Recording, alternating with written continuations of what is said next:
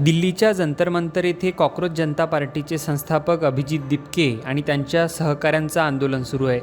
दिल्ली पोलिसांकडून या आंदोलनावर झालेला लाठी हल्ला पाहता अभिजित दिपके यांच्याही जीवाला धोका असल्याची भीती दिपके यांची बहीण स्नेहा वंजारे यांनी वर्तवली आहे. दिल्ली पोलिसांवर आमचा विश्वास नाही, त्यामुळे दिपके यांना महाराष्ट्र पोलिसांची विशेष सुरक्षा प्रदान करावी अशी मागणी स्नेहा यांनी बीडच्या जिल्हाधिकाऱ्यांमार्फत राष्ट्रपतींकडे केली आहे. मागणी काहीच नाही, आम्ही फक्त त्यांना सुरक्षित ठेवावा, काही त्याला त्रास होता कामा नये. कारण की तो जसा गेला तसा कमीत कमी आता 1.5-2 महिने होत आले, त्यांचा संपर्क अजिबात नाहीये. त्याचा फोन पण लागत नाही, तो फोन पण उचलत नाही. म्हणजे माझाच नाही, घरातला कोणाचाच फोन उचलत नाही तो, आणि बोलत सुद्धा नाहीये.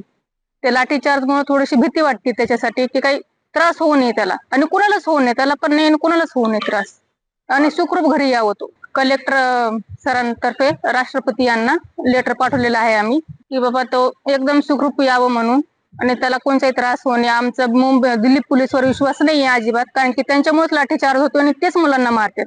कमीत कमी 2 विद्यार्थी घायल झालेत आणि 1 मुलगी वारली त्याच्यामध्ये लाठीचार्जमुळे. त्याच्यामुळे आमचा त्यांच्यावर विश्वास अजिबात नाही. आम्हाला महाराष्ट्र पोलीसची सुरक्षा हवी. मी डॉक्टर नितीन वंजारे. अभिजित दिपके हे माझे मेव्हणे आहेत. गेल्या 60 दिवसापासून भारतामध्ये ते विविध शहरामध्ये विविध राज्यामध्ये जात आहेत आणि त्यांच्या जीवाला धोका होऊ शकतो, कारण दिल्ली हे अलग राज्य आहे. महाराष्ट्र पोलिसांवरती आमचा विश्वास आहे, परंतु दिल्ली पोलिसांवरती आमचा जराही विश्वास नाही, कारण ते ज्या पद्धतीने अतिशय निर्दयीपणे विद्यार्थ्यांना मारहाण करत आहेत हे आम्हाला बघवत नाहीये. आणि अभिजित दिपके यांचा फोनही लागत नाही, त्याच्यामुळे त्यांच्या जीविताला धोका असू शकतो.